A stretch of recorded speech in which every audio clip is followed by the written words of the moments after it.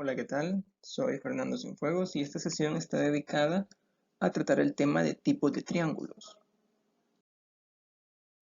Bien, todo triángulo posee propiedades generales que lo caracterizan como figura geométrica. La primera característica es que todo triángulo posee tres lados. También, todo triángulo posee tres ángulos internos y corresponden a sus vértices.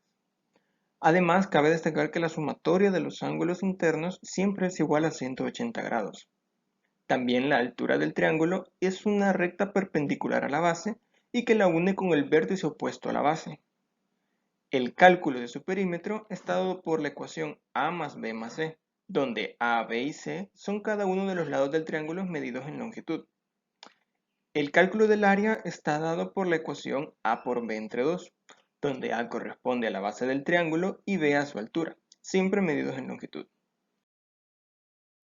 Los triángulos se dividen en categorías con propiedades específicas cada una. Todo eso con el fin de clasificarlos dentro de las figuras geométricas. Y el triángulo equilátero es una de estas categorías que cumple con las siguientes características.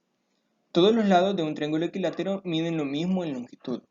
Todos sus ángulos internos son agudos y siempre miden 60 grados. Además, posee 11 ejes de simetría, lo que implica que su altura, mediana, bisectriz y mediatriz coinciden en una sola recta y que todos los centros coinciden en un mismo punto. Por el momento, con esta característica nos basta entender que el triángulo equilátero es simétrico desde muchos puntos diferentes y que, como consecuencia, todos sus centros coinciden en un mismo punto.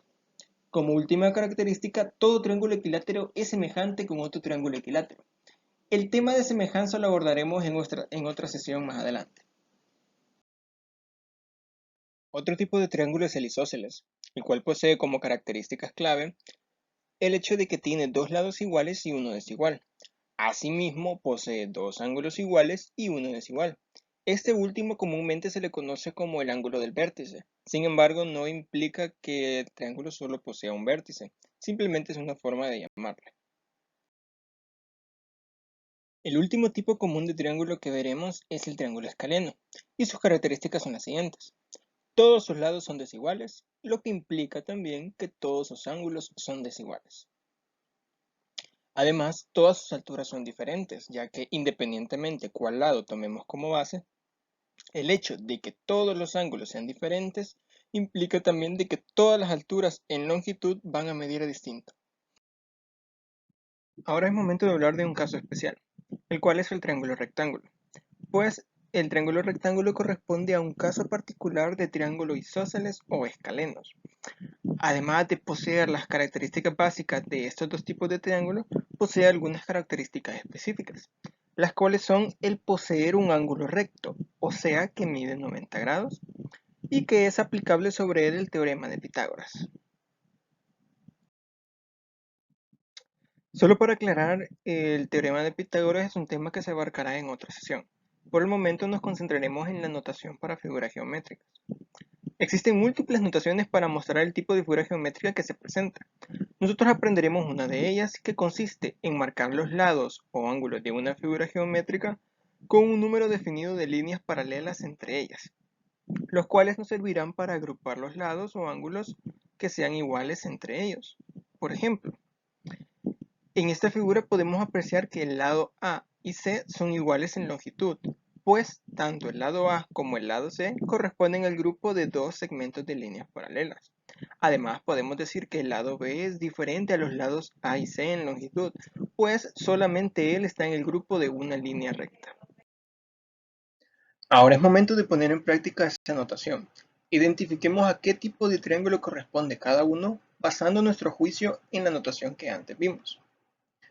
El primer triángulo observamos que cada lado posee un número diferente de rectas paralelas, o sea que cada lado es diferente entre sí, por lo que, debido a los conocimientos anteriores sobre tipos de triángulos, podemos inferir que este es un triángulo escaleno. Para el siguiente triángulo hemos tomado la decisión de no utilizar la notación sobre los lados, sino sobre los ángulos. Una propiedad clave de los triángulos es que hay una relación proporcional entre los lados opuestos a un vértice y el ángulo comprendido en ese vértice. O sea, que en este caso observamos que al tener dos ángulos iguales y uno desigual, También podemos decir que tenemos dos lados iguales y uno desigual. Por lo que, gracias a nuestros conocimientos previos, podemos asumir que es un triángulo isósceles. Ahora, en este último ejemplo observamos una nueva forma de referirnos a un ángulo, que es la figura de un cuadrado sobre este vértice. Esto indica que es un ángulo recto, en otras palabras que su medida es 90 grados, lo cual, como ya sabemos, es una característica de los triángulos rectángulos.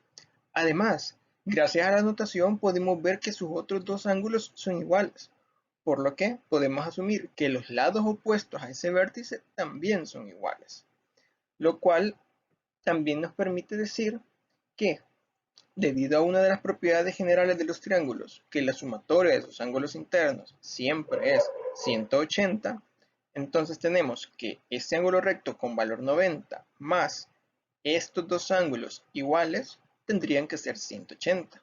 O sea, 90 más 2 veces el ángulo comprendido acá es igual a 180. Desde ese punto ya podemos saber que estos ángulos tienen que ser menores a 90. De hecho, podemos saber el valor exacto y ese es 45, pues solo de esa manera 90 más 45 más 45 es igual a 180 y seguimos cumpliendo con la condición que este ángulo con este ángulo sean iguales. Por lo tanto, gracias a toda la información recolectada, podemos decir de que este es un triángulo isósceles pitagórico, o también conocido como triángulo rectángulo isósceles.